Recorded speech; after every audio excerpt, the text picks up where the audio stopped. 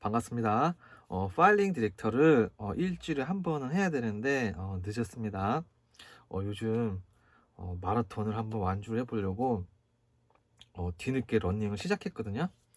그래서 막 뛰어다니는데 지금 온갖 부상에 지금 시달리고 있습니다. 파일링 디렉터 8화 그녀들의 진심. 최근에 한국 사회에 이슈가 되는 사건이 네 가지가 있었습니다. 첫 번째는 인천 시유 사건, 두 번째는 전두환 전 대통령 손자 전우원 씨 사건, 그리고 세 번째는 강남 납치 3인조 사건, 네 번째는 이제 공원에서 놀던 9살 여자아이 유인 사건입니다. 오늘은 이 이야기를 할 거예요. 먼저 세 번째랑 네 번째 사건 이야기를 먼저 하겠습니다. 네 번째 사건, 인류의 비극은 참기 어려울 정도로 강한 석용과 식욕에서 시작이 된다. 광주 어린이공원 구석 정자에 앉아서 소주 두 병을 먹던 40대 남자가 9살 여자아이에게 간식과 인형을 쥐어주는 수법으로 꿰어낸 후 공원을 이제 나서자 이를 수상하게 본 주민이 그 남자를 쫓아갔고 500m 떨어진 자신의 집으로 9살 여아와 함께 들어가는 것을 주민이 멈춰 세운 후 경찰에 신고하였다. 여자아이가 이제 그 집에 들어갔으면 이제 끝난 거죠. 내용이 파일링 디렉터 이제 7화에서 했던 망우동 최준원 양 실종 사건이랑 똑같습니다. 오후 5시 해질녘에 공원 놀이터에서 여자아이가 놀고 있고 현장에는 술을 마시는 남자가 있었고 그 후에 여자아이는 이제 사라졌다. 이번 사건은 다행히 주민들로 인해서 이제 미수로 끝났지만 내용만으로 보면은 굉장히 위험한 사건입니다. 이 남자는 경찰에게 이제 발각되지 않은 유사한 방법으로 성공한 범죄 경력이 이제 있을 것으로 저는 예상을 해봅니다. 굉장히 위험한 사람이에요.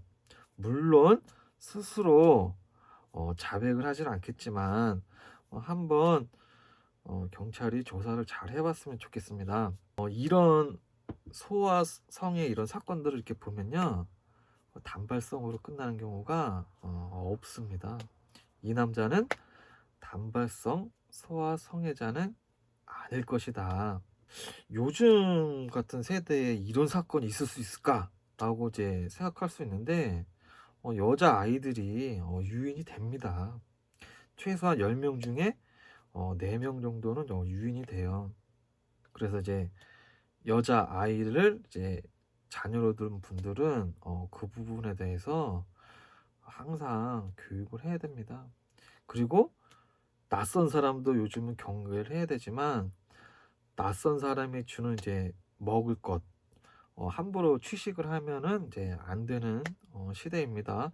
이번에 강남에서 이제 사건이 크게 났었죠. 항상 조심하셔야 됩니다. 세 번째 사건, 강남 납치 3인조 사건.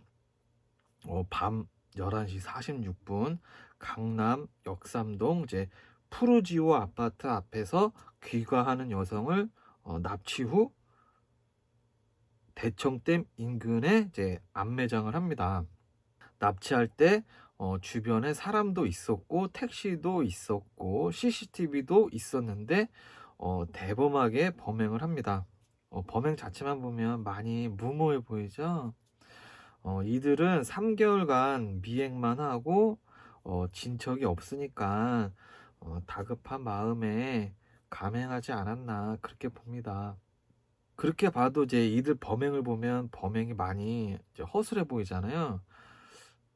허술해 보이지만 딱히 강남에서 여성을 납치할 수 있는 방법이 없어요. 이 사람들도 3개월간 이제 미행을 하면서 도저히 기회가 안 나니까 이 방법을 선택한 겁니다. 이런 단독이 아닌 이제 여러 명이 범행을 할 때는 두 가지 특징이 있습니다. 첫 번째, 단독보다는 이제 집단일 경우 잔혹하다는 점. 걔 중에 한 명이 집단에서 인정을 받으려는 뭐 심리, 또는 집단에서 이제 뭔가 보여주려는 이제 심리 때문에 그 한 명이 이제 잔혹하게 행동을 합니다. 두 번째는 단독보다는 집단일 경우 계획이 이제 치밀하지 못한 점이 있어요. 그 결정 장애가 있어서 허술한 결정에 이제 쉽게 동조하고 또 서로 이제 미루는 심리가 있습니다.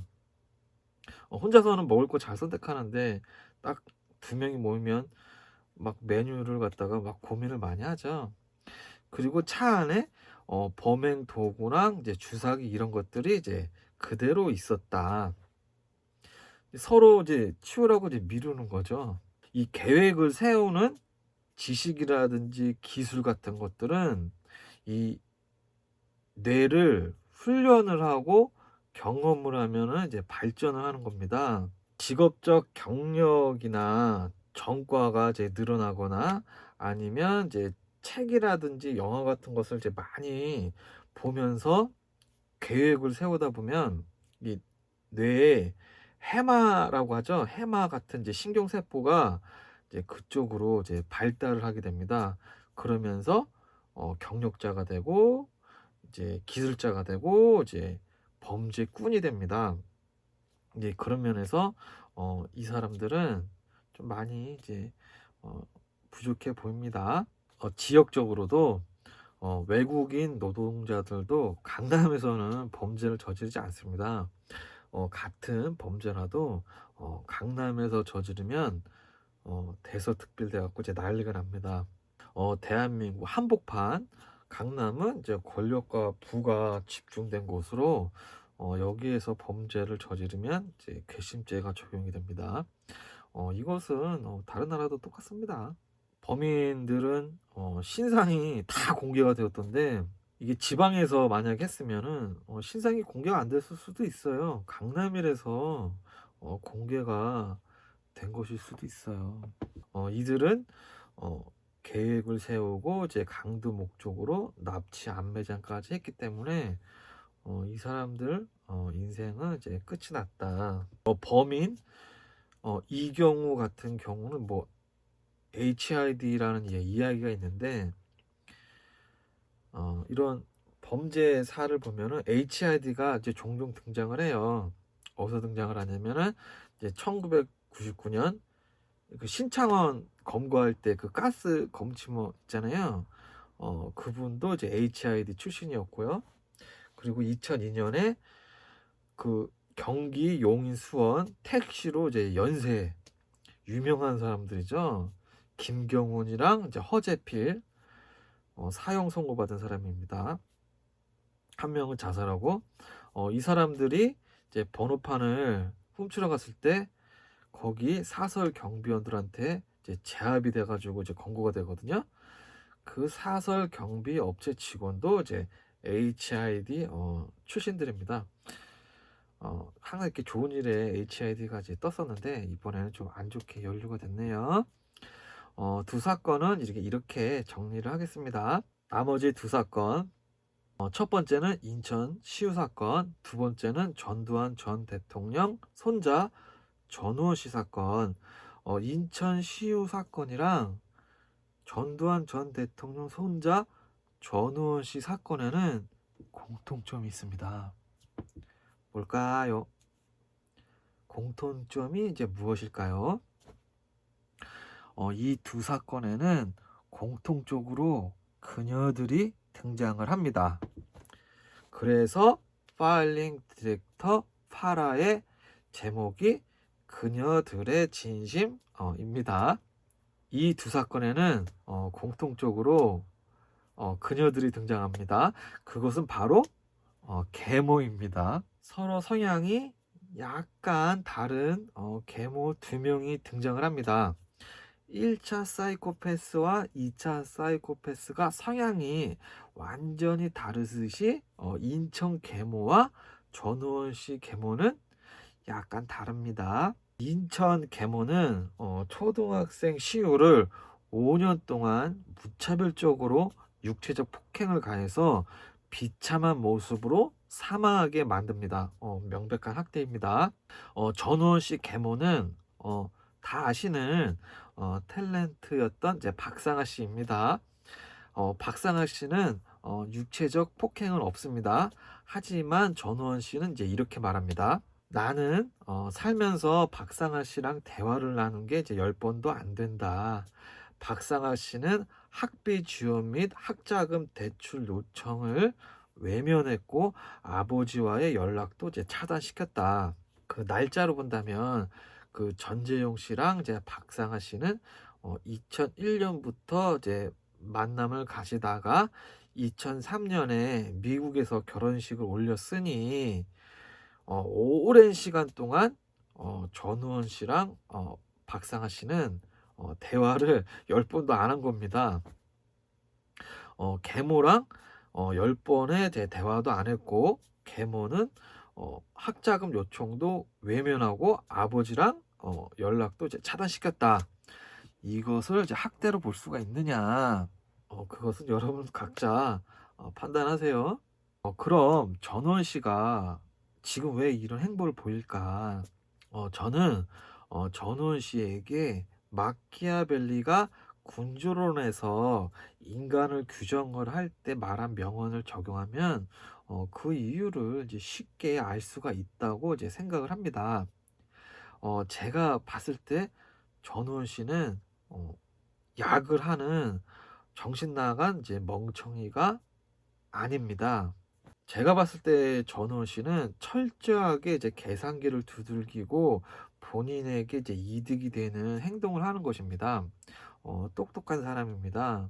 전우원 씨 행보를 7가지 카테고리로 이제 나누겠습니다. 첫 번째, 전우원 씨는 가족들에게 존칭 및 호칭을 쓰지 않습니다. 전두환 씨, 뭐 이순자 씨, 전재용 씨, 박상아 씨 등 존칭 및 호칭을 쓰지 않습니다. 이게 한국 사람 가장 큰 특징이 조금만 친해지면 우리는 가족 호칭을 씁니다. 막 형님, 누님, 뭐 동생아, 뭐 이렇게 하죠. 한국 사람은 이 개인보다는 이제 관계를 더 중요시 여깁니다. 개인보다는 이제 집단과의 관계를 한국 사람들은 더 중요하게 여깁니다. 이것은 농경 문화의 이제 특징입니다. 농사는 혼자 못 짓잖아요. 그래서 한국 사람은 집단주의가 강할 수밖에 없습니다. 유목 민족이라든지 이제 백인들은 개인을 더 중요하게 여기지만 한국은 개인보다는 집단과의 관계가 더 중요합니다.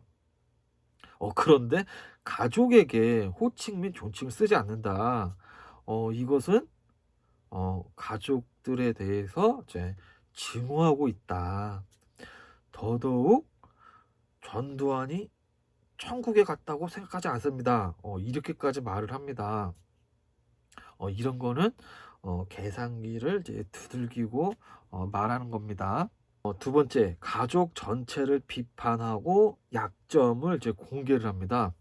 저희 가족들 모두가 절대 굶어 죽지 않을 돈이 있고 나눠줄 돈도 있다.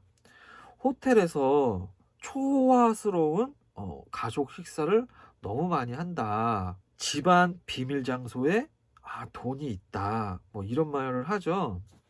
이것은 나는 돈이 없어. 돈도 없고 미국에서 어렵게 살고 있는데 나한테 돈 한 푼도 안 주고 니들끼리만 잘 먹고 잘 사네?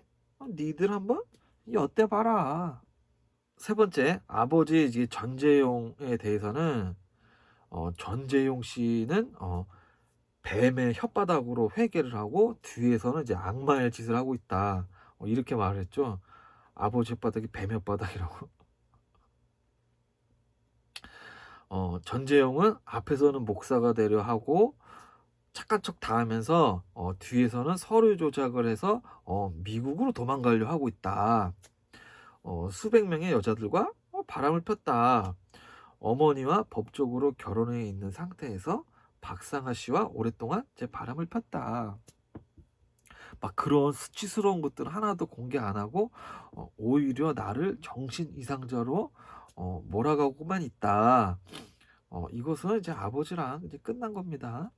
네 번째, 새어머니 박상아 씨에 대해서는 박상아 씨랑은 나는 대화를 나눈 게 이제 살면서 10번도 안 된다.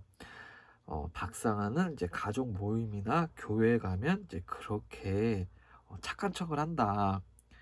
계모 박상아는 이제 학비 지원은커녕 자신이 벌어서 갚을 때니 학자금 대출이라도 받게 도와달라고 요청을 했는데 그것도 외면을 하고 아버지와의 연락도 차단시켰다. 아버지는 항상 저를 아끼신다고 말을 하고 새어머니도 항상 저를 누구보다 아끼신다고 말을 하지만 본인이 자살 시도를 하고 병원에 길게 있었을 때도 단 한 번 안부 연락을 하지 않은 사람들이다. 다섯 번째, 친형에 대해서는 형은 2살 차이가 나서 같은 학교에 다니긴 했지만 거의 모르다시피 이제 살았다. 가끔씩만 봤다. 형은 곁으로는 이제 저를 신경 쓴 척하지만 신경 쓰지 않는 것 같다. 경찰관들이 10명 이상이 제 집에 왔을 때 절 정신병원으로 보내려고 했는데 그 경찰을 부른 것이 형이었다. 여섯 번째, 친어머니에 대해서는 어머니와 법적으로 결혼해 있는 상태에서 전재용 씨가 박상아 씨와 바람을 오랫동안 폈는데 입막음을 하기 위해서 전재용 씨로부터 이제 돈을 많이 받았다. 연희동에 75평이 넘는 자택이 이제 2개가 있다. 다른 가족들 명의로 해서 여러 부동산을 이제 소유하고 있다. 어머님은 생활비나 유학 자금을 이제 단 한 번도 이제 지원해 준 적은 없다. 그리고 어머님은 이제 미국에 오신 적도 이제 없다. 일곱 번째, 본인에 대해서는 저의 존재 자체가 이제 죄송합니다. 저희 집안은 너무나 많은 사람들을 피 위에 세워진 집안입니다. 저는 애초에 태어났으면 안 됐습니다. 전재용 씨가 박상아 씨와 아이를 낳고 어머님과 이제 이혼을 했을 때 전국적으로 이제 뉴스가 났었는데 이때 기자분들이 이제 너무 어려워서 이제 그것을 피하고자 미국으로 이제 도피를 했다. 고등학교 때 미국으로 유학을 갔다고 합니다. 그리고 미국에서는 항상 혼자 있었다. 직장을 다니기 전까지 모든 생활비와 유학 자금은 이제 전재용 씨한테 이제 왔다. 아버지가 이제 감옥에 들어가고 그 상황에서 학비 지원해 줄 사람이 없다고 이제 박상아 씨에게 이제 말씀드렸는데 계모 박상아는 학비 지원은커녕 자신이 벌어서 갚을 때니 학자금 대출이라도 이제 받게 도와달라는 요청을 외면을 하고 더 이상 이제 엮이기가 싫다며 아버지와 이제 연락을 이제 차단시켰다. 그때 빌고 비니까 큰아버지가 이제 할머니 이순자께서 학자금 지원을 해주시겠다고 이제 말을 했다. 연희동 자택에서 이제 일을 하시거나 일을 하셨던 아주머님들 계좌로 이제 학자금을 이제 받았다. 나는 이제 그렇게 수치스러운 삶을 살았다. 명문대를 나왔고 뉴욕에서 컨설턴트로 연봉 1억을 넘게 받으면서 이제 일을 해왔고 하지만 지출을 하는 것을 두려워하면서 돈을 아끼면서 살고 있다. 전우원 씨 행보는 대략 이렇습니다. 결과 제 기준에서는 전우원 씨는 엘리트입니다. 이제 교육 수준, 스펙, 뭐 직업, 외모 모두 제 기준에서는 엘리트로 보여져요. 부와 권력이 있는 힘이 있는 좋은 집안에서 태어난 아이들은 태어날 때부터 상당한 특권을 부여받습니다. 남들보다 더 많은 기회를 부여받고 돈 걱정 없이 학비 걱정 없이 지금 시대가 요구하는 고임금을 받을 수 있는 직업을 갖기 위해서 교육이라든지 기술이라든지 뭐 자질, 역량, 스펙을 갖출 수 있게 부모들이 빵빵하게 무한대로 지원을 해줍니다. 자녀가 서울 4년제 대학에 들어갈 수가 없으면 지방 면문대라도 보내려고 하고, 그마저도 안 되면 해외 유학을 보냅니다. 돈이 많이 들어가는 거죠. 그 결과 아이는 지식 수준이 높게 되고 좋은 스펙을 가진 이제 엘리트가 됩니다. 그 결과 명문대학 졸업장과 인맥 그리고 고임금 직업을 얻게 되고, 비슷한 배경의 배우자와 또 결혼을 하고 혼맥이 이제 이루어집니다. 그 결과 부모의 권력과 부는 자녀에게 이제 세습이 됩니다. 여러분들은 한국이 공정한 민주주의 사회 같이 느껴지시나요? 그래도 예전보다 많이 좋아졌죠. 하지만 한국은 계층 간의 대물림이 아주 견고하게 이루어지는 사회입니다. 안타깝지만 이제 명백한 사실입니다. 권력과 부를 이룬 사람들은 그들만의 카리텔을 만들어서 불평등하게, 불공정하게 기회를 독점해서 계층의 대물림을 세습합니다. 이것을 무조건 비난할 것은 아닙니다. 어느 나라든지 다 그러니까. 다만 외국은 사회에 돈을 많이 내고 이제 대물림을 하는데, 한국은 사회에 돈을 안 내요. 안 내고 또 대물림은 대물림대로 하니까, 그게 좀 문제입니다. 전우원 씨도 인터뷰에서 이런 부분을 이야기를 하고 인정을 하죠. 본인도 이제 할아버지 돈으로 미국 명문대에 이제 들어갔고, 그곳에는 이제 나와 같은 사람이 이제 상상수 있었다. 이렇게 정치인들 보면은 막 미국 막 반미하고 막 비판하면서 막 반일도 하면서 다 유학 보내잖아요, 미국으로. 안 맞죠? 그럼 전우원 씨는 왜 가족들을 이렇게 강도 높게 비난을 할까? 여기에서 군주론의 마키아벨리가 등장을 합니다.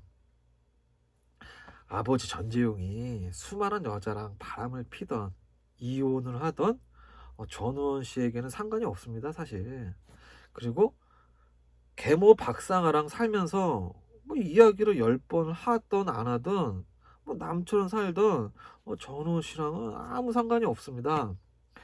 뭐 이 정도쯤이야 뭐 얼마든지 극복 가능합니다. 못 배운 사람도 아니고 얼마큼 배울 만큼 배운 사람인데. 바람피는 아버지, 이혼한 가정이 대한민국에 한두 집이야? 다툼으로 뭐 가족끼리 인연 끊고 연 끊고 사는 집이 뭐 대한민국에 뭐 한두 명이야? 뭐 가족이고 뭐은 거네.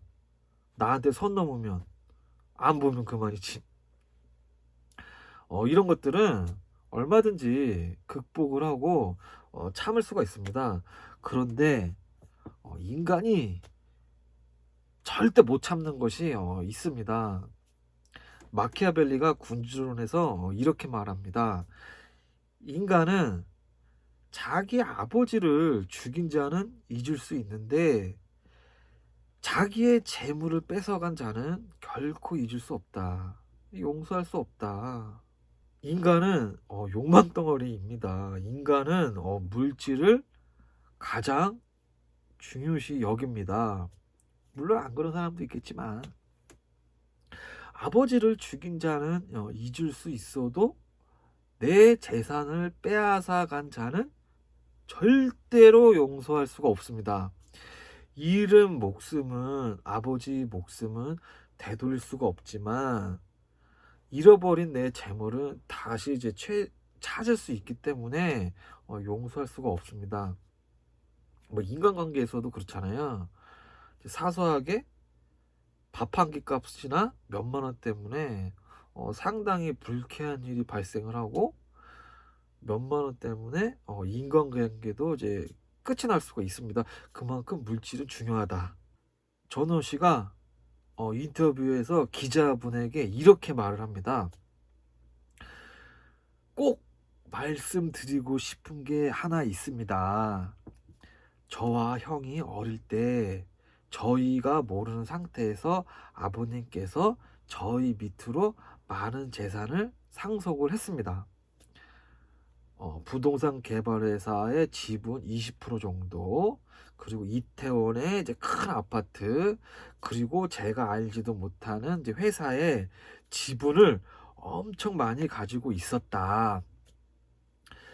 제일 핵심인 것은 저와 제 형 앞으로 주식이 정말 많이 있었는데 2018년 아버님이 노역에서 이제 나오시고 돈이 없다고 그 모든 주식과 재산을 박상아 씨에게 양도하라고 시켰다. 그래서 이제 다 양도했다. 그 모든 걸 지금 다 잃었다. 그 주식들을 팔아서 그 돈으로 동생들도 사립학교 다 나오고 한국에서 잘 먹고 잘 살고 지금 미국에서 시민권을 따르는 법적 절차까지 밟고 있다. 아버지의 강요로 본인 앞으로 있던 한 50억에서 90억대 재산을 몽땅 이제 계모에게 다 줬다.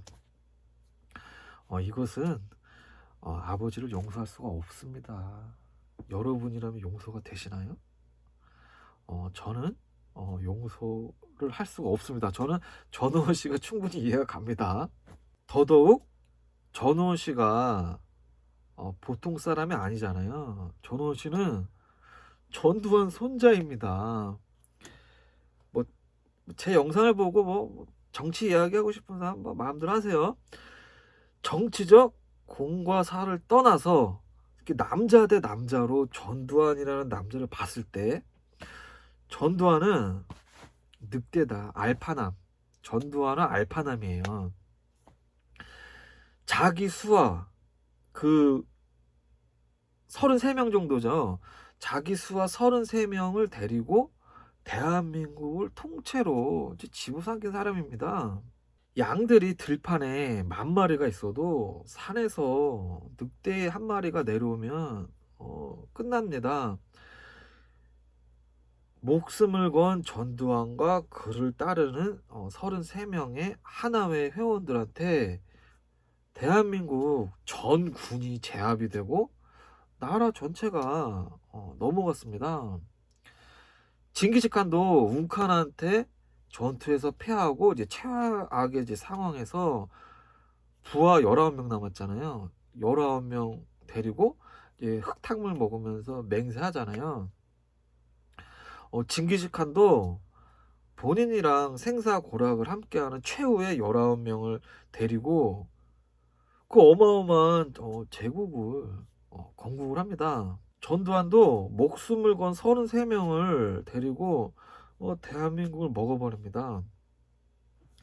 영국이 영국 본토의 이제 100배인 전 세계에서 이제 좋은 땅 3분의 1을 지배를 합니다. 그 버마 있죠? 버마는 인구가 1,400만 명인데 영국 경찰 간부 90명이 가서 지배를 합니다. 인도는 인구가 수억인데 몇백 명 영국인 관리들에게 지배를 당합니다.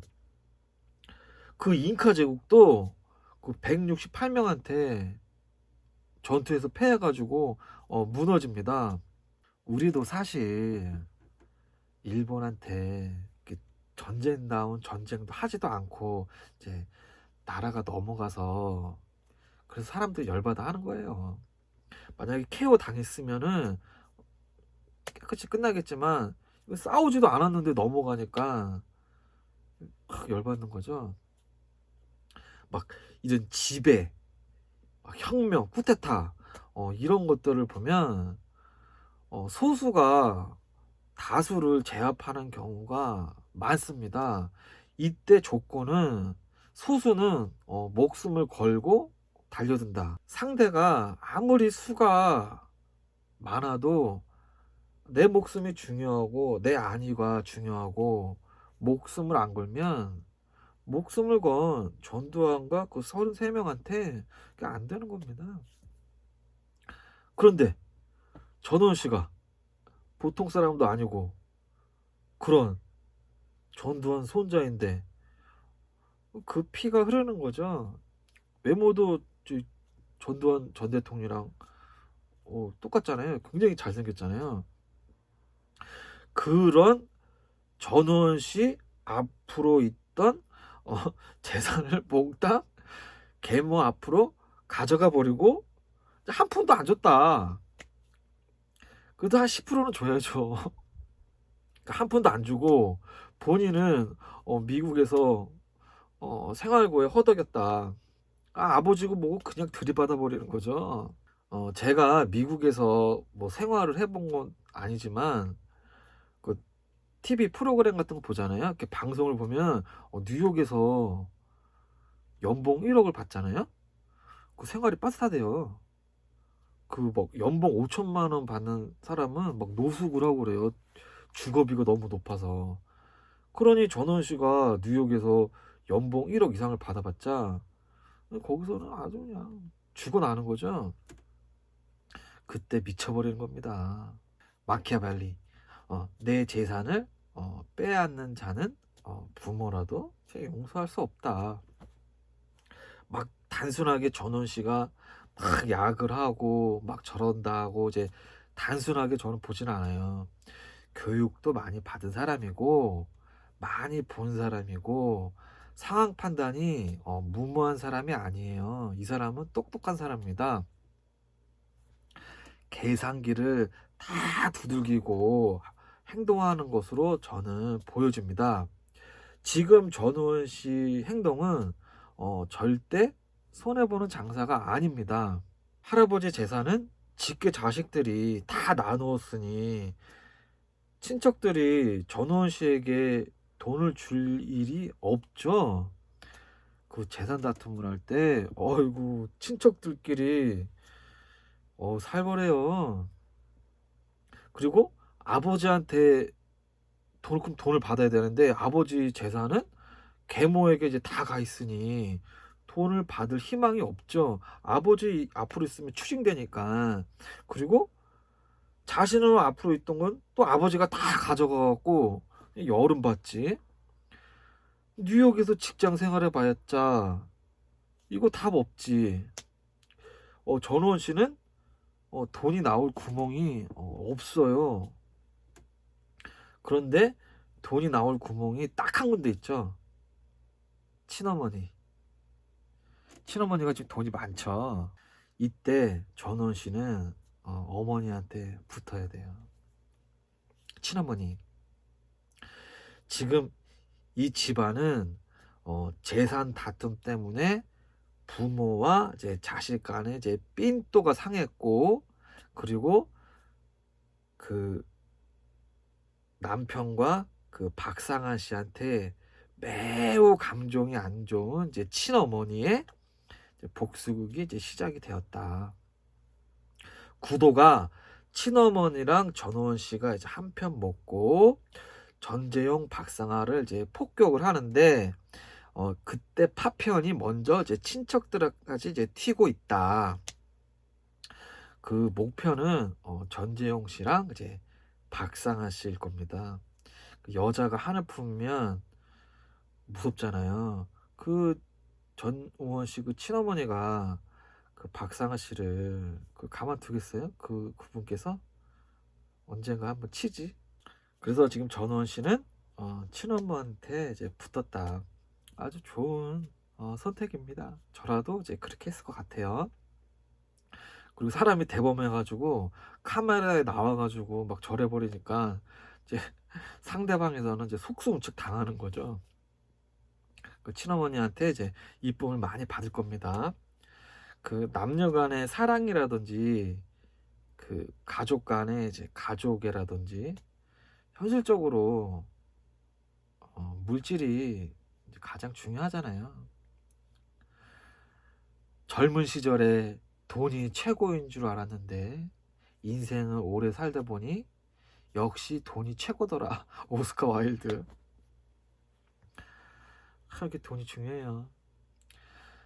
그럼에도 물질적으로 이제 부족해도 이제 끈끈한 사람들이 있고 정말 어마어마한 물질이 있어도 남보다 못한 경우도 많습니다. 시청하시는 분들 각자 가족사라든지 이런 거 하나씩 이야기하라 그러면 아마 이제 별의별 이야기가 다 나올 겁니다. 부모 자식 간에도 참 치사한 일이 많고 아우 친척들은 친척들은 이게 남 그녀의 이제 진심 돈이 이제 아무리 많아도 거의 뭐 20년 동안 대화를 10번도 안 하고 학비도 외면하고 너랑은 엮이기 싫어 이렇게 말한 박상아의 진심은 무엇일까? 의붓 자식이 먹는 밥값 몇천 원, 몇만 원은 아까워. 그거 아까운데 그 돈은 아까운데 이제 교회 가서 수십만 원씩 11조 하는 사람들이 있습니다. 현실에서는 이제 말로 막 사람들에게 상처 주면서 교회 가서 막 회개하는 사람들 많습니다. 그게 수준이 낮은 인간들입니다. 의붓자식이라도 대화도 많이 하고 학비도 지원해주고 재산도 어느 정도 나눠주고 했어야죠. 내 자식이라도 자식 앞으로 있는 것을 함부로 가져가면 안 되는 겁니다. 그 5살짜리 조카한테 사탕 줬다가 다시 뺏어가잖아요? 난리 나는 거예요. 함부로 이렇게 하는 거 아니에요. 다 되돌아오게 돼 있어요. 전원 씨 사건은 이렇게 마무리하겠습니다. 마지막 이야기는 인천 시유 사건입니다. 인천 초등학교 5학년 13살 시우 어린이 사건이에요. 13살 시우가 계모로부터 5년간 이제 지속적으로 이제 폭행 및 학대를 받고 지금 한 줌에 이제 재활되었습니다. 몸무게는 29.5kg, 또래 평균보다 이제 15kg 넘게 적은 것이며 이제 다리에 상처가 232개가 이제 있었다. 그것이 알고 싶다 해서 이제 방송을 했지만 내용을 이제 요약할 것도 없이 굶기고 때리고 고문했다. 그리고 이제 사망했다. 시우는 굶주림과 아픔, 고통 속에서 이제 철저하게 이제 파괴가 되었습니다. 이제는 가해자들이 철저하게 파괴가 이제 되어질 차례입니다. 첫 번째, 인천 계모의 범행. 1. 둔기 및 흉기로 상습 폭행, 망치로 찍고 막 칼로 찌르기. 두 번째, 욕설, 폭언. 그리고 세 번째, 방 안에 이제 감금시킨 후 CCTV로 감시하기. 그리고 감금 후 가족끼리 이제 여행 가기. 정신 나간 여자죠. 네 번째, 기아 상태까지 이제 굶기기. 12살을 7살짜리 옷에 맞도록 이제 굶겼다. 다섯 번째, 의자에 4시간에서 16시간 결박을 한 후 이제 고문하기. 여섯 번째, 밤에 이제 잠을 재우지 않고 무릎 꿇게 한 후 이제 성경을 쓰게 하기. 일곱 번째, 항문에 이제 불로 이제 거르기. 여덟 번째, ADHD 주의력 결핍 과잉 행동 장애 진단을 받은 후 이제 약을 먹이기. 아홉 번째, 이제 쓰레기 버리기, 짐 끌기, 잔심부름, 그리고 뭐 설거지, 똥기저귀 갈기 등 시키기. 열 번째, 새벽에 애가 울면 이제 골프채로 때리기. 11번째, 친모가 시우 쓰라고 보낸 이제 인라인 스케이트 당근에다가 이제 팔아먹기 등입니다. 이 외에도 더 많을 겁니다. 이런 사건들의 공통적인 특징은 재판 과정에서 이제 학대 내용이 더 자세하게 공개가 되면서 이제 공분을 사는 절차를 이제 밟게 됩니다. 두 번째 증거, 시우의 마지막 안타까운 모습, 그리고 이제 상처가 232개, 그리고 그 가해자들 있죠. 계모가 이제 학대할 때 감시용으로 이제 사용했던 CCTV 내용들, 자신들이 학대에 편리하게 사용한 이제 CCTV가 확실한 증거로 이제 부메랑이 되어서 돌아왔습니다. 세 번째 사건 결과 친부 이 씨 40세 상습 아동 학대, 그리고 계모 이 씨 43세 더 연상이네요. 아동 학대 사망 혐의로 이제 구속 기소가 됩니다. 네 번째, 계모와 친부의 대응, 계모 대응. 말을 안 들어서 자신은 이제 미쳤을 뿐 폭행한 적은 없다. 이제 말이 안 되죠. 아이 상처는 스스로 이제 자해한 것이라고 이제 주장을 합니다. 그리고 계모 이 씨는 어, 딸 2명을 낳았고 현재 임신을 하고 있어서 본인을 어떻게 감옥에 넣을 것이냐라고 이제 당당하게 이제 말을 했다고 합니다. 임신을 해도 교도소에 갑니다. 교도소에서 이제 출산을 하고 아이는 이제 18개월까지 엄마랑 교도소에서 이제 있을 수 있습니다. 걱정 안 하셔도 돼요. 친부 대응. 시우 사망 당시 본인은 이제 집에 없었고 이렇게 심각한 상황인 줄 몰랐다며 무죄를 주장을 하고 있습니다. 그리고 이제 이 부부는 대형 이제 로펌을 선임하였다. 뭐 이런 경우에도 이제 재판 과정에서 친부의 학대 내용도 이제 밝혀질 것입니다. 이제 다섯 번째 문제점. 부부가 5년 동안 시우를 학대했으면 시기적으로 2020년 6월 천안 계모 사건, 가방 사건에서 그때 계모가 이제 징역 25년, 그리고 친부는 이제 징역 1년 4개월을 받았어요. 그리고 2020년 10월 정인이 사건, 양모는 이제 징역 35년, 양부는 이제 5년형. 이 두 사건을 봤을 텐데 이 두 사건에서 아동학대를 하면은 이렇게 크게 이제 중형을 받는 것을 이제 봤을 텐데 이제 이것을 보고도 이제 멈추지 않고 이제 학대가 더 심해졌다. 이제 정신 나간 거죠. 학대가 5년에 걸쳐서 이제 이루어졌는데 관공서, 이제 학교, 병원, 그리고 주변으로부터 이제 감시망에서 이제 벗어나 있었습니다. 이런 경우는 관공서, 학교, 병원들은 이제 본인들이 이제 막 인터뷰 같은 걸 해요.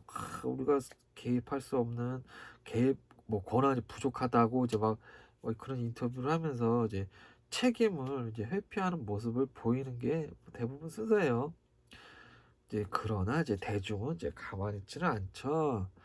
뭐 관공서라든지 학교, 병원들 막 신상이 털려서 이제 대중으로부터 이제 공격을 받기도 합니다. 먼저 이제 계모가 다닌 교회를 시작으로 그 약을 처방한 병원, 그리고 학교 순서로 공격을 받지 않을까. 이게 안타까운 게 이번 사건이 그 바이러스 질환 사태가 이제 몇 년 동안 이제 겹치면서 거리두기가 이제 시행이 됐잖아요. 그래서 공적 감시망에서 더 벗어나게 된 것 같습니다. 이제 시우한테는 참 그게 안 좋은 거였죠. 여섯 번째, 사건 분석을 좀 해볼게요. 이런 아동학대 사건들을 이제 정리하다 보면 전체적으로 아동학대의 80%는 친부모입니다. 그럴 수밖에 없죠. 친부모들이 많으니까. 하지만 잔혹하게 이제 사망까지 가는 경우는 계모랑 계부들이 많습니다. 그중에서도 이제 계모들이 많습니다.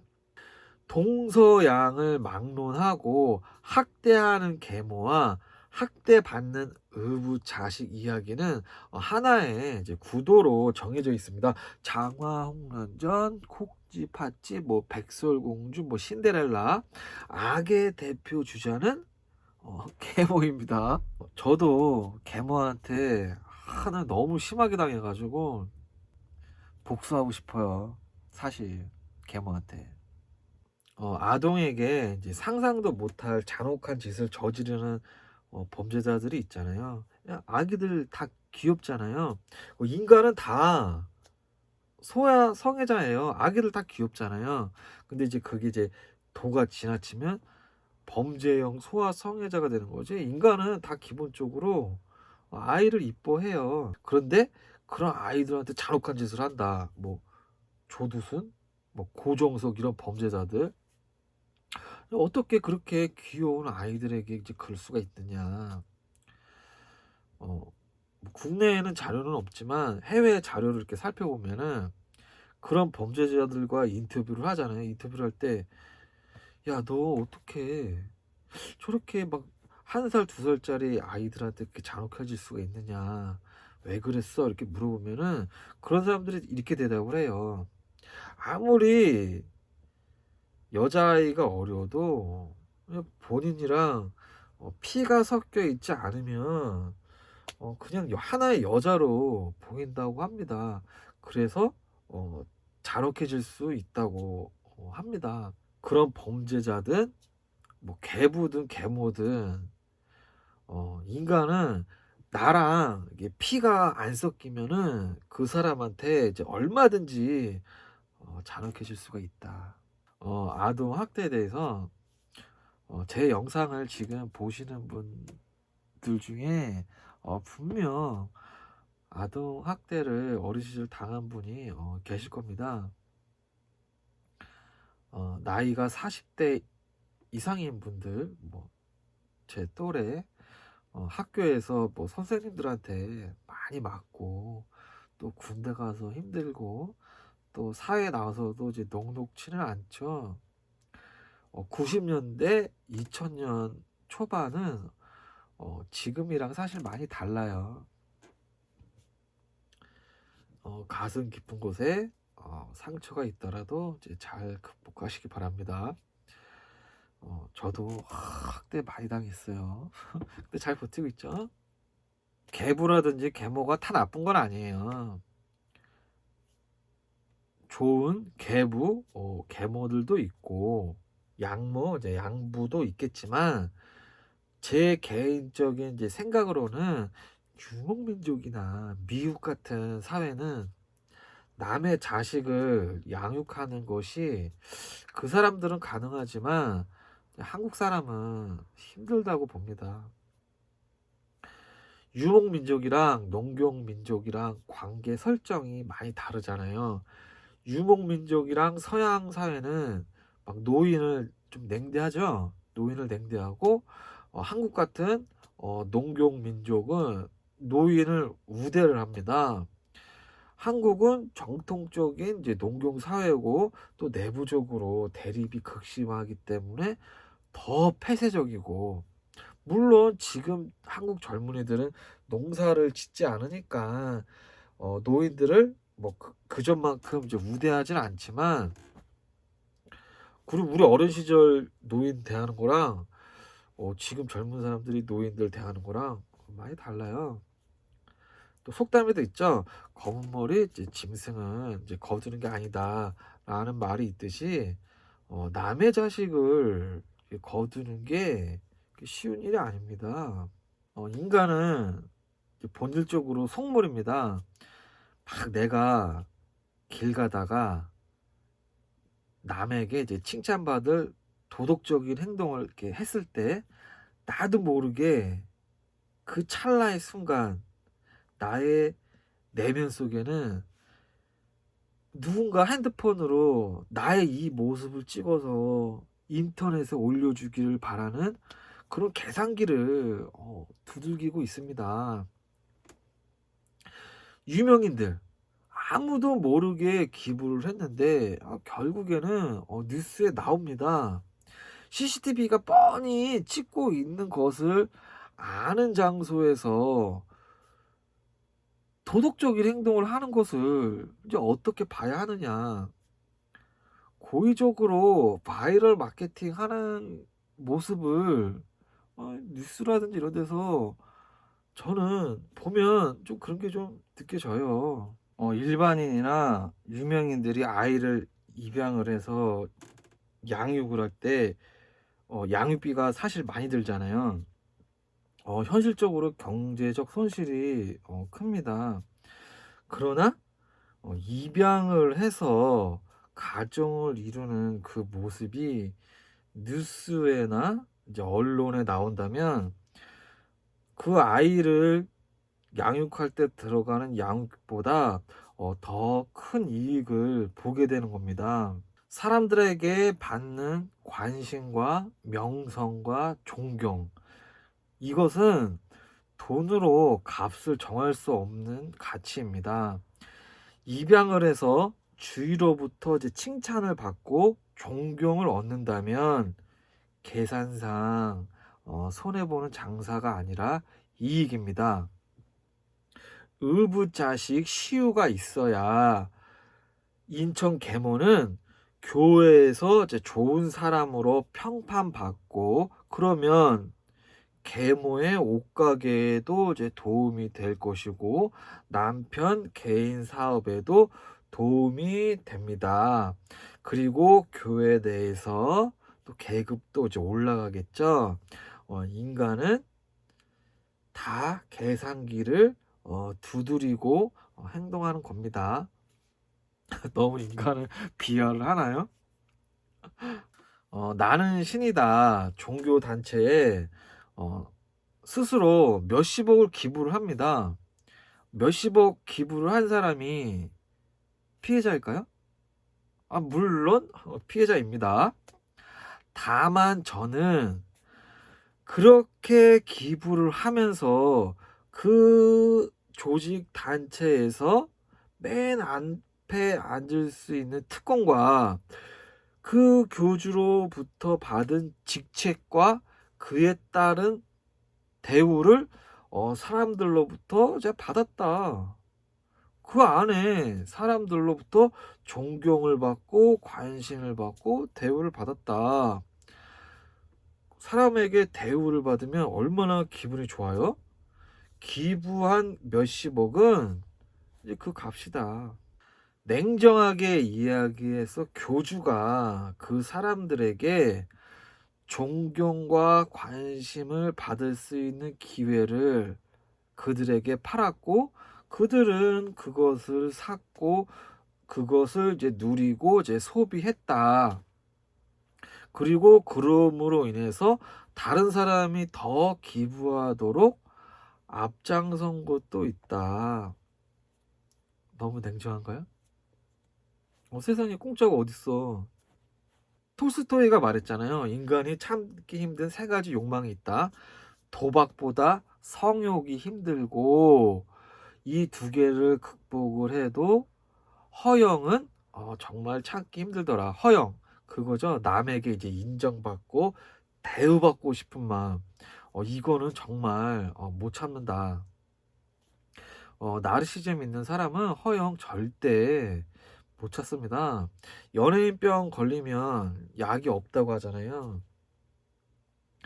허영, 명성 하나를 얻기 위해서 목숨까지 내던지는 사람도 있을 정도로 이 허영이라는 것은 강력한 힘을 가지고 있어요.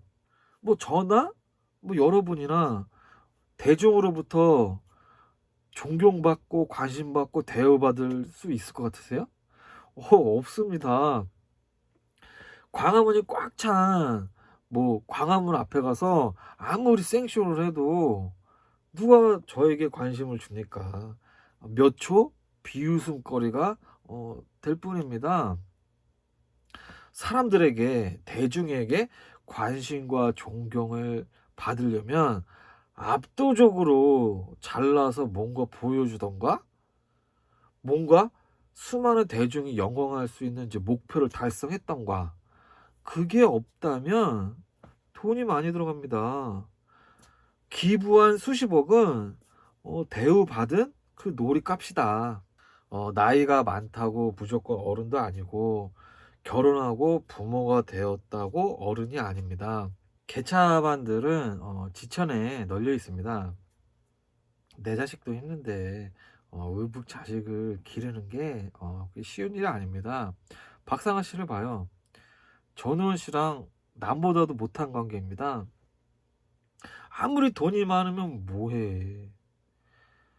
대화하기가 싫고 너랑 엮기가 싫다고 말을 하는데 남의 자식을 양육할 정도의 그 사람들은 일반인들이 생각지도 못하는 삶에 있어서 긍정적인 에너지가 강력한 사람들입니다. 에너지와 철학적 수준이 굉장히 높은 분들이다. 근데 이런 사람들은 굉장히 소수입니다. 계모 이 씨는 시우 친모가 시우를 데려가겠다고 하는데 시우를 보내주지 않습니다. 계모 이 씨는 시우를 친모에게 보내면 끝입니다. 아주 간단합니다. 시우를 보내면 본인 인생 활짝 피는데 시우라는 장애물도 이제 제거가 되고 본인 핏줄로만 어, 완벽한 가정을 이루어지는데 그렇게 하지 않습니다. 안 보냅니다. 계모 이 씨는 시우를 친모에게 보내지도 않으면서 지독한 학대를 계속합니다. 왜 그랬을까요? 자칫하면 자기 인생을 종치는 걸 알면서 왜 계속 학대를 했을까? 어, 이때 두 가지 본능이 이제 충돌을 합니다. 첫 번째 본능은 이제 톨스토이가 말한 허영이 들어갑니다. 주위 사람들에게 보여지는 이제 이모, 남들에게 인정받고 대우받고 싶은 제 마음, 특히 종교 활동을 하는 여자들에게 이게 강력히 보입니다. 정인이 사건도 이제 똑같습니다. 종교 활동하는 그 교회 같은 곳에서 보여지는 내 가정은 이상적인 가정으로 일단 보여야 합니다.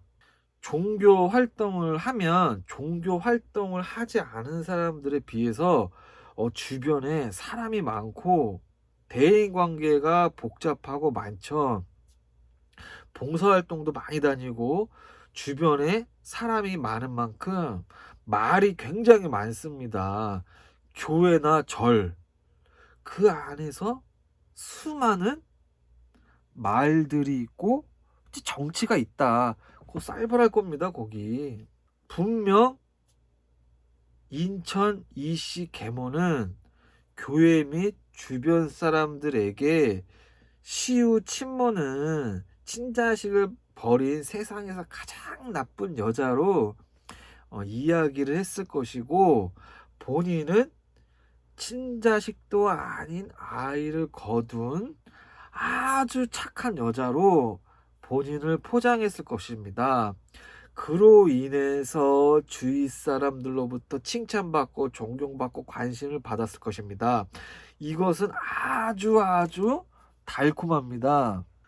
그로 인해서 존경스러운 사람, 착한 사람이 되면 옷가게에도 도움이 되고 남편 사업에도 도움이 되고 경제적으로 아주 유리해집니다.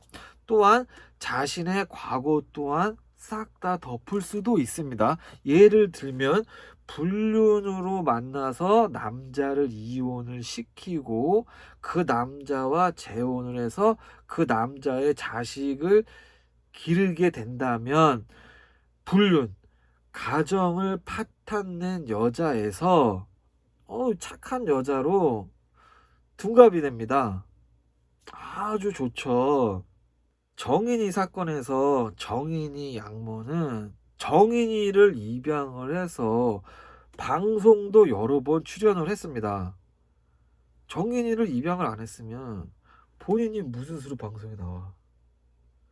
정인이를 입양을 했기 때문에 방송에 나올 수 있었던 것입니다.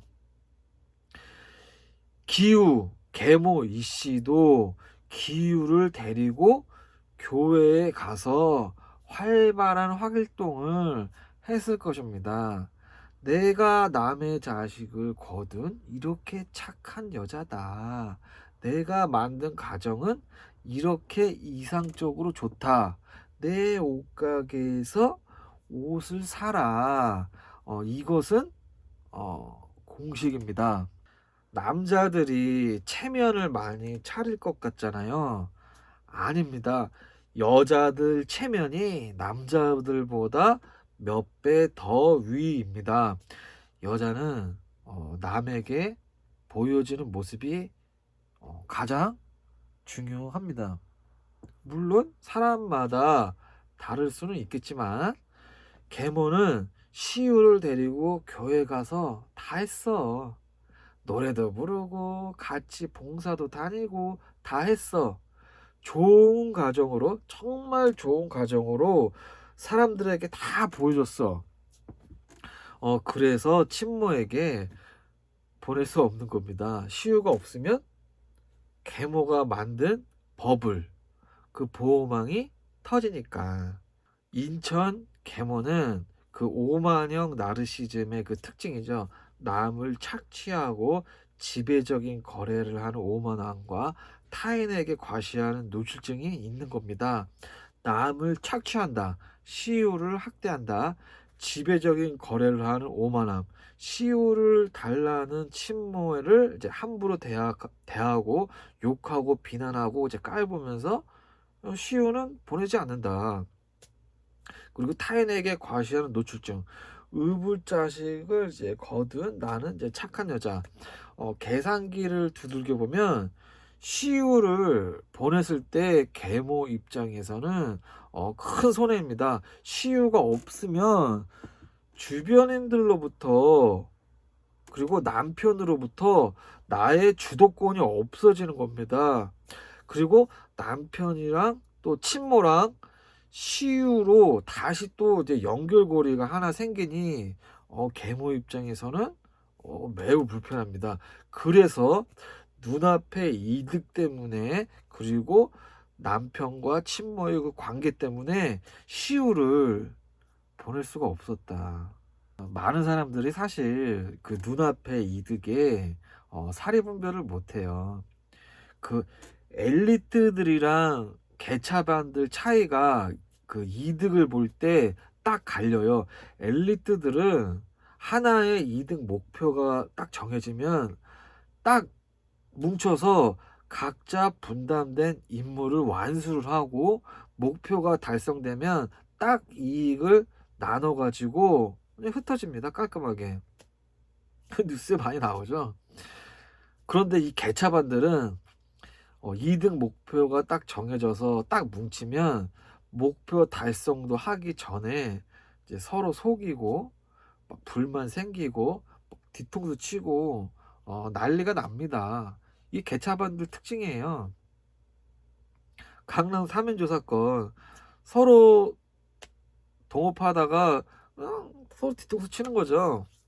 그래서 학연, 지연, 뭐 혈연 이런 걸 다 따지는 이유가 있어요.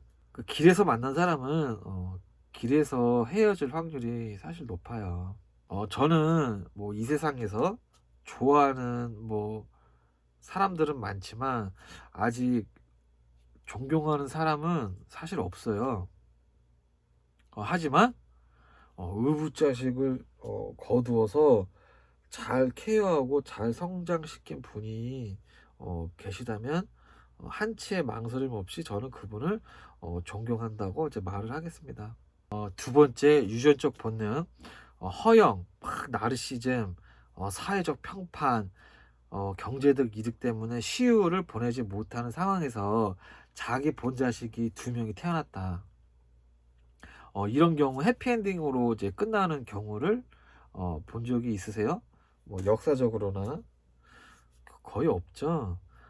박상아 씨도 이제 내 자식은 사립학교에 보내도 전우원 너 학비는 이제 못 준다. 박상아 씨가 이제 그 2013년에 그 자녀를 외국인 학교에 이제 부정 입학시켜 가지고 벌금 1,500만 원 받았죠. 그때 또 현대 그 노현정 씨도 같이 1,500만 원 벌금 받았죠. 그 전우원 씨가 그 학비 얘기를 했을 때, 그 거절당했을 때 굉장히 아마 분노했을 겁니다. 물론 이혼을 한 다음에 서로 이제 자녀를 이제 데리고 합쳐서 잘 사는 경우도 많습니다. 그리고 이제 시우같이 의붓 자식을 잘 거두어서 양육하시는 분도 많을 거예요. 그런 분들은 그 교양 및 그 인격 수준이 어느 정도 이제 형성된 분들이고, 짐승들한테는 이런 상황이 생기면 시우 같은 의붓자식은 제거 대상이 됩니다. 왜? 짐승들한테는 교양이 없으니까. 짐승들에게는 교양이 없어. 유전적 본능만으로 시우가 없어져야 내 자식한테 떡이라도 하나 더 갈 테니까, 좋은 일이니까.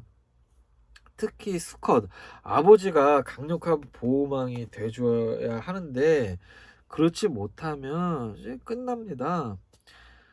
집 밖에서는 시유 때문에 좋은 평판 버프를 받아서 허영심도 채워지고 경제적으로 도움이 되지만, 집 안으로 들어오면 본능적으로 아주 꼴보기 싫은 이제 왼수 덩어리가 됩니다. 허영과 유전적 본능이 이제 충돌을 합니다. 이때 아버지가 가정에 충실을 하면 그나마 다행인데, 아버지가 뭐 계속 바람을 핀다든지 뭐 사고를 치면 고스란히 의붓자식에게 이제 분노가 이제 표출이 됩니다. 이때 이제 지능범들은 사건을 이제 조작을 해서 티가 나지 않게 사고사로 위장을 합니다. 뭐 군대에서도 뭐 보이는데 안 때리죠. 이게 목젖 같은 데 때리잖아요. 티 안 나게. 지능범은 이렇게 처벌을 뭐 피하려고 하겠죠. 뭐 박상아 씨도 그렇잖아요. 막 대화 안 하고 학비도 쌩까고 이런 거는 고통을 주되 본인은 처벌을 안 받잖아요. 저 같은 경우도 계모가 제가 마시는 물, 국, 도시락 이런 데다가 그 주방 세제 있죠? 퐁퐁, 트리오 이런 거를 타서 줬어요, 저에게. 저는 그것 때문에 굉장히 고통스러웠거든요. 근데 지금 그걸 어떻게 할 수가 없어. 그러니까 그 저의 계모도 지능적인 계모였습니다.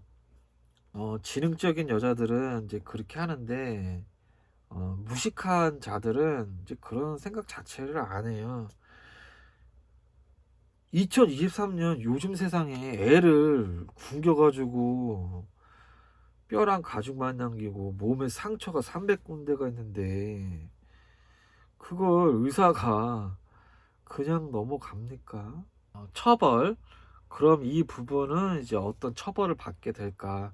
그 존속은 아랫사람이 이제 윗사람을 해야 하는 경우입니다. 그 영미법 국가에서는 존속 범행이 따로 없어요, 이 사람들은.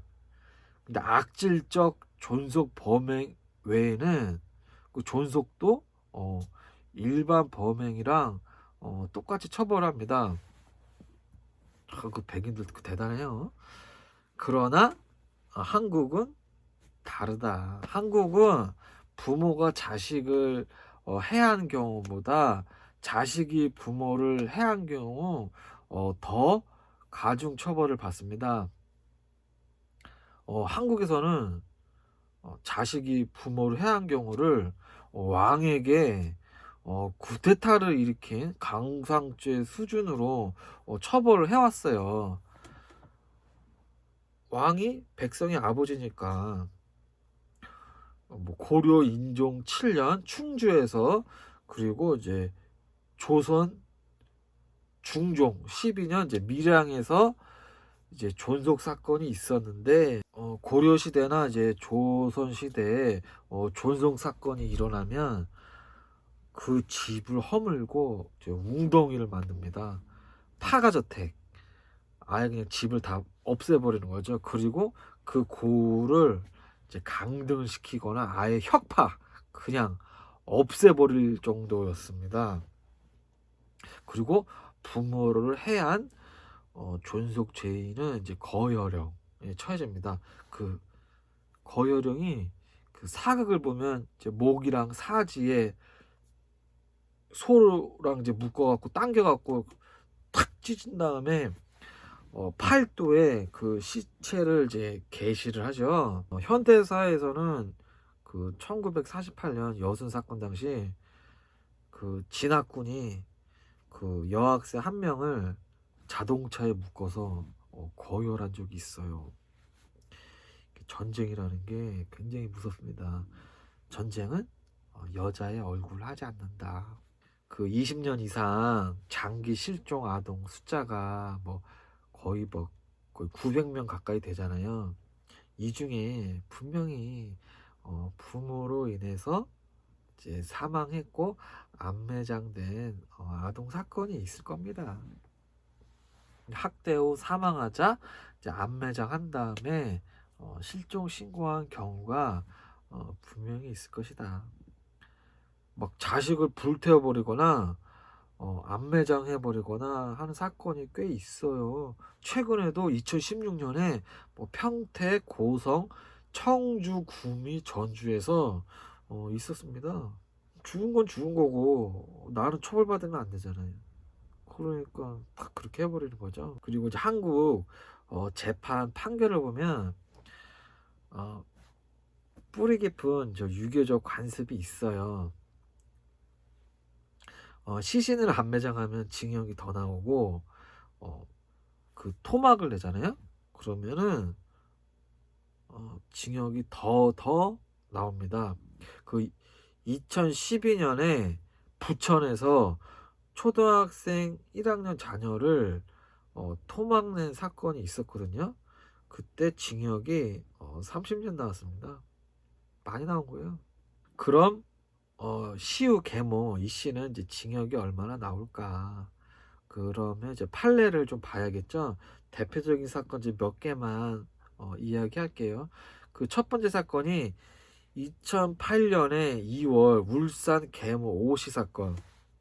그 의붓아들 우영진 군 6살을 폭행 사망하자 경주로 이제 이동을 해서 드럼통에 넣고 이제 불을 지른 다음에 허위 신고를 하고 이제 TV에 이제 인터뷰까지 합니다. 이 여자가. 그 이 오 씨는 그 당시에 15년 징역을 받았습니다. 그러니까 사망까지 가고 시신까지 태우고 사건까지 조작을 했는데 이제 15년. 지금 같으면 25년에서 30년 이상은 충분히 받을 수 있는 건데 2008년까지만 해도 처벌이 약했다. 이 여자는 올해 2월에 출소를 했습니다. 두 번째 사건이 이제 2013년 8월 칠곡 계모 임시 사건. 8살 여자아이 내장 파열로 이제 사망. 막 팔이 막 기형이 될 정도로 폭행을 하고 청양고추를 이제 막 억지로 먹이고 막 이틀씩 굶기고 잠 안 재우고 기절할 때까지 막 목을 조르고 물고문하고 배설물 묻은 휴지를 먹게 하고 상상을 초월하죠. 그리고 아이를 빌미로 이제 친모에게 막 돈을 요구를 하고 계모 임 씨는 징역 15년을 받았습니다. 그리고 친부는 징역 4년을 받았습니다. 2013년인데 징역이 약했다. 이 여자는 교도소 생활도 아주 이기적이고 악의적으로 한다고 합니다. 세 번째 사건이 2013년 10월 울산 계모 박상복, 별명이 이제 개쌍복입니다. 그 이서연 8살 3년 동안 이제 지속적 학대를 했는데 갈비뼈 24개 중에 16개가 부러졌다. 그리고 멍이 빨리 빠지라면 목욕탕에다가 이제 집어넣었는데 그 욕조 안에서 그 여자아이가 이제 사망을 합니다. 그래가지고 이제 익산 것으로 위장한 다음 119에 이제 신고를 해가지고 이제 사건까지 조작을 했죠. 근데 119가 딱 와서 보자마자 바로 이제 눈치채고 경찰에 신고를 한 거죠. 박상복은 징역 18년, 그리고 친부는 징역 4년. 그러니까 2008년에 울산 오시 15년, 13년에 칠곡 입시 15년, 그리고 13년에 울산 박상복 18년. 2013년 이때까지도 아이들에게 이렇게 잔혹하게 범행을 해도 형량이 15년, 18년 요 정도 수준이었어요. 그러니까 부모가 자식을 죽여도 형량이 그렇게 높지가 않았다. 13년 정도까지. 이제 그런데 2013년 칠곡 임씨랑 그 10월에 박상복 이 아동학대 사건이 막 2달 사이에 막 연타로 터지니까 이제 막 들끓는 거죠. 한국인들 아동학대 문제에 대해서 이제 국민적 공분을 일으켰고 아동학대 범죄에 대한 처벌 관례 특례법이 통과하는데 영향을 주었다. 그리고 이 다음부터 형량이 높아집니다. 네 번째 사건 2014년 10월 울산 양모 김씨 46살이 전양 25개월 이제 입양을 했는데 정부에서 지원금이 많이 나오지 않자 25개월 때 매운 고추를 탄 물을 이제 마시게 하거나 샤워기로 이제 온몸에 찬물을 뿌리는 학대를 하다가 이제 폭행을 해서 이제 뇌출혈로 사망을 합니다. 25개월 1년. 이 여자는 징역 20년. 그래도 조금 늘었죠. 다섯 번째 사건 2020년 6월에 천안 계모 성씨 41살 의붓 아들 9살을 여행 가방 안에다 놓고 위에서 밟아요. 이 여자가 밟고 가방 사이로 드라이기를 끼운 다음에 이제 뜨거운 바람을 넣습니다. 근데 아이가 이렇게 사망을 한 거죠. 이 여자는 징역 22년을 받고 너무 많다. 이제 항소를 했다가 징역이 25년이 확정이 됩니다. 항소 잘못하면 괘씸죄가 들어가서 징역이 더 늘어요. 그리고 친부는 1년 4개월. 그래도 먼저 본 사건들에 비해서 징역 25년이면 이제 많이 늘었죠. 여섯 번째 사건. 이러다가 난리가 나는 사건이 하나 발생을 합니다. 그 사탄 부부가 등장을 합니다. 2020년 10월에 그 서울 양천구 정인이 사건, 양모 이제 장하영 징역 35년, 양부는 이제 징역 5년.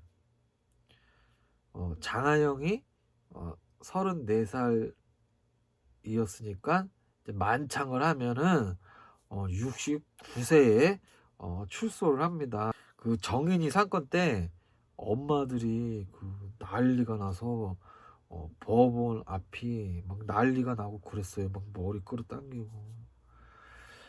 그러면 안 되지만 언론을 타고 많은 사람들이 공부를 하면 그 형량이 늘어나는 그런 현상이 있어요.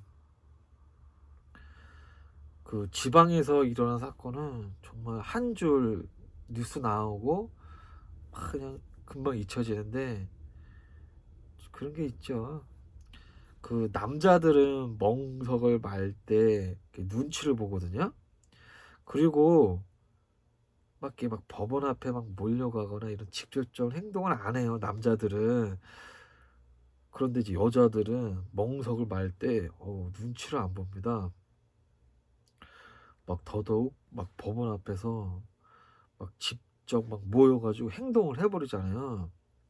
그래서 여자들이 단체로 행동을 하면은 더 무서워요. 그럼 이런 아동 학대 사건에서 계모들이 뻔히 발각이 될 상황까지 간 이유는 이제 무엇일까? 사건을 일으킨 계모들은 어떤 사람들일까? 그 파일링 디렉터에서 범위상 5단계가 있죠. 5등급 에너지 뱀파이어 집단, 그리고 4등급 10가지 인격장애 집단, 그리고 3등급 나르시즘 마키아벨리즘 집단, 그리고 2등급 소시오패스 집단, 그리고 1등급 이제 사이코패스 집단. 이제 어디에 속할까? 막 조금씩 서로 막 섞여 있겠죠. 그런데 이제 아동 학대 및 방지에 대한 연구라든지 이런 뭐 자료 논문들을 보면은 이런 아동 학대를 행한 범죄자들이나 계모들의 그 어린 시절을 봐야 합니다. 어린 시절을 살펴보고 아동 학대와 반사회적 인격 장애와 이제 사이코패스 사이의 이제 연관성 무엇일까? 이런 것을 막 연구를 하고 이제 통계를 내고 이제 살펴봐야 되거든요. 사실 이런 게 한국에서는 잘 이루어지지가 않아요. 그런데 이제 2016년 미국에서 통계낸 연구 자료를 이제 보면은 아동 학대를 행하는 사람은 반사회적 인격 장애 또는 사이코패시즘의 관계보다는 어린 시절 품행 장애와 이제 관계가 깊다고 합니다.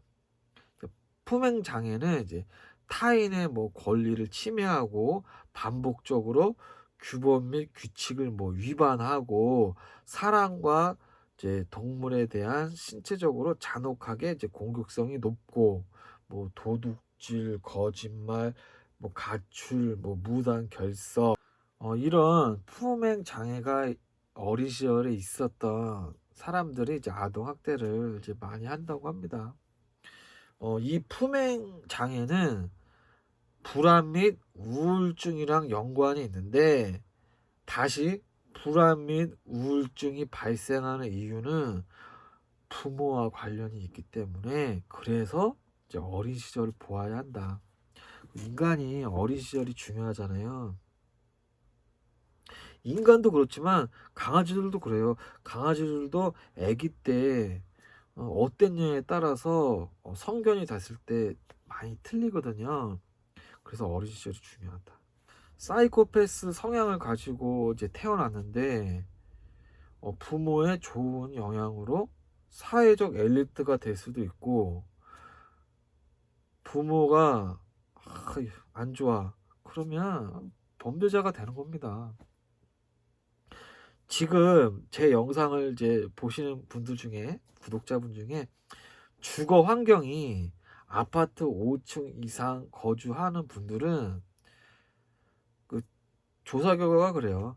뭐 단독 주택이 지상에서 낮은 층에 있는 분들보다 정신질환, 우울증이 2배가 높다고 합니다. 성인이 그렇고 아이들은 더 하겠죠. 그런데 제가 얘기했죠. 우울증, 정신질환은 품행장애와 이제 연관이 있다. 그러니까 이제 아파트 고층에 사는 아이들 경우 품행 장애가 일어날 확률이 많죠. 그래서 막 옥상에서 막 돌 던지거나 그런 경우. 그래서 이제 고층에 거주하시는 분 중에 자녀분을 둔 분이 계시다면은 이런 우울증을 오는 것을 상쇄시키는 이제 좋은 방법이 하나가 있어요. 그것은 반려동물이랑 함께하는 겁니다. 어린 시절 반려동물이랑 함께한 아이들이 정서적으로 뭐 유리하고 그리고 사회적으로 바뀐 환경에 적응력이 좋다고 합니다. 왜냐면 교감 능력이 좋아지니까 동물이랑 교감 능력이 좋으면은 사람이랑도 교감 능력이 좋아져요. 그리고 이제 아파트 같이 사방이 그냥 콘크리트로 둘러싸여진 곳에서 뭐 강아지라든지 뭐 어항에 물고기 뭐 조그마한 새 이런 게 있으면 집안에 생기가 돌잖아요. 아이들에게 정서적으로 정말 좋은 겁니다. 강아지를 많이 기르세요. 유기견도 많으니까. 그 강아지랑 이제 함께 자란 아이들이 범죄도 덜 저지르고 부모한테도 함부로 하지 않는다고 그러더라고요. 어, 요약을 이제 하고 마치겠습니다. 첫 번째, 어, 여자 아이들에게 낯선 사람들에 대한 경계심 교육을 이제 해야 한다. 두 번째, 동업 등으로 고소 고발 등 금전적 소송에 휘말렸을 때는 조심해야 한다. 세 번째, 인간은 자기 재물을 뺏어간 자는 결코 용서할 수 없다. 네 번째, 아동 학대하면 인생 종친다. 그 인천 계모는 징역 그래도 한 35년 그리고 친부는 한 집행유예 나오지 않을까 합니다. 제 생각이에요. 8화를 마치고 9화에서 뵙겠습니다. 제가 요즘 마라톤을 한번 완주를 해보려고 달리기를 하고 있거든요. 지금 온갖 부상에 시달리고 있습니다. 그럼 안녕.